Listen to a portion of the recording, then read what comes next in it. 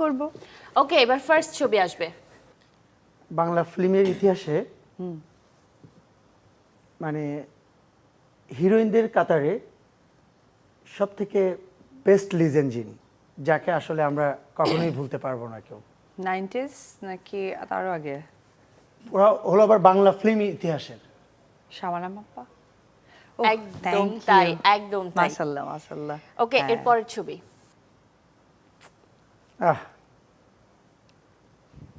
যে হিরোর স্টাইল দেখে এখনো হিরোরা স্টাইল করে, সে আমাদের সালমান শাহ ভাই থেকে শুরু করে যারা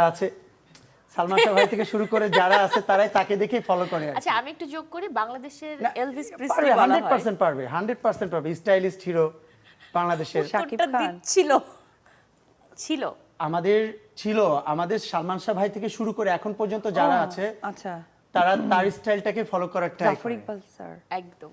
তুমি এইভাবে কথা শেষ বলবা করবে না? যে আমার ক্র্যাশ, আমি জাফর ইকবাল স্যার যদি নায়ক থাকতো সিরিয়াসলি মনের সাথে প্রেম করতাম। এত সুন্দর হিরো হতে পারে, যদিও একদম দুর্ভাগ্য তাই, এই দেখা জন্যই তো ওনাকে হয়নি। মানে এলভিস প্রিসলি বলা হয় মানে বাংলাদেশে। ওকে, মাশাআল্লাহ। এরপরের ছবি। সুন্দরী অভিনেত্রী। সুন্দরী অভিনেত্রী। আমি যখন ক্লাস 6-এ পড়ি তখন তার প্রেমে পড়ছিলাম আর কি। আচ্ছা, সে এখন পর্যন্ত সেই জায়গায় আছে। তাহলে কি এখনো তার প্রেমে পড়া আছে? বাংলাদেশ কলকাতা দুই জায়গায় এখন দাপিয়ে আচ্ছা, কাজ জয় করতেছে। আপা। বাহ, আমাদের প্রতিনিধি সংসদে, আমাদের এখন প্রতিনিধি। ফেরদৌস ভাই, মাশাআল্লাহ। খুব সুন্দর সুন্দর পছন্দের মানুষদেরকে দিচ্ছে। ওকে, নেক্সট। কি কোচিং লাক্স তারকা। বার করতেছে? না চিন্তা করছে লাক্স তারকা।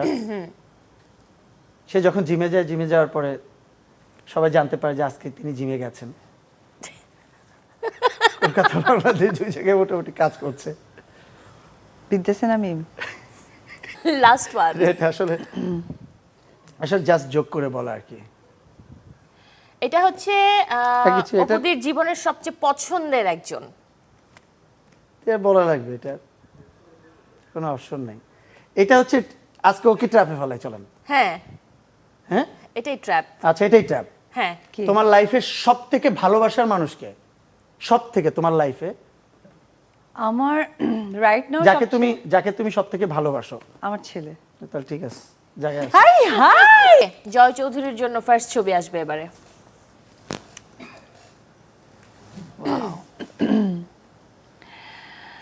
আমাদের বাংলাদেশের একমাত্র আন্তর্জাতিক খ্যাতিসম্পন্ন যে চিত্রনায়িকাকে আমরা বলি, আমাদের লেজেন্ড রবিতা ম্যাম। এটা একটা কঠিন হিন্টস চাই। আচ্ছা, আমি বলবো না। কার কথা এটাই হিন্টস। কার কথা বলতেছে বুঝতেছেন আপনি? এর থেকে আর কি অ্যাক্টিং করে দেখাবা? তার অ্যাক্টিং তো তোমার থেকে বেস্ট কেউ করতে পারে না। আমার বলার দরকার আছে পিছনে কে আছে? তার অ্যাক্টিং ওর থেকে বেস্ট করতে পারবে না কিন্তু কেউ। দর্শকই জেনে গেছে। দর্শক অলরেডি বুঝে গেছে। একটু বলো।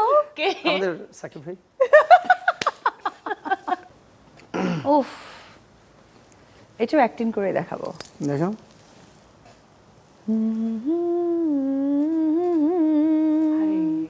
দারুণ অ্যাক্টিং তো। একমাত্র বাংলাদেশের ক্রাশ, মেয়েদের ক্রাশ। মেয়েদের ক্র্যাশ এবং না পাওয়ার আফসোস। আফসোস। যুগে যুগে আমাদের না পাওয়ার আফসোসে অনেকেই অনেক ধরনের আত্মহত্যা করার চেষ্টা এক্স্যাক্টলি, এবার বলবে বিশাল ব্যাপার। হ্যাঁ, আমার আইডল সালমান শাহ।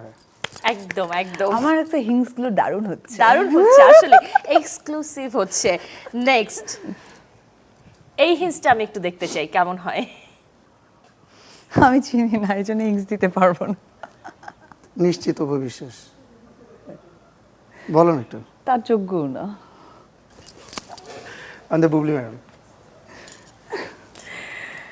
ওকে, এটার একটা কি হিন্টস আসে আমি দেখি। রাত্রেবেলা তোমরা নাকি অনেক জায়গায় মুড়ি টুড়ি খেতে যেতা, ক্রেজি হয়ে যেতা, খাওয়াইতেই হবে মুড়ি, যত রাতে হোক, রাত 3টার দিকে যমুনা। থাক বুঝছি। বলো নাম বলো। মাহি মাহি। দর্শক যা জানে না সেটা দর্শককে জানাতে হবে। একদম শুধু তাই। শুধু বলছে যে ইন্ডাস্ট্রিতে গসিপটা দিলে এই উপাধিটা কার উপরে যায়, ফেরদৌস ভাই শুধু শুধু বলছে। হ্যাঁ আমি বুঝে গেছি একদম।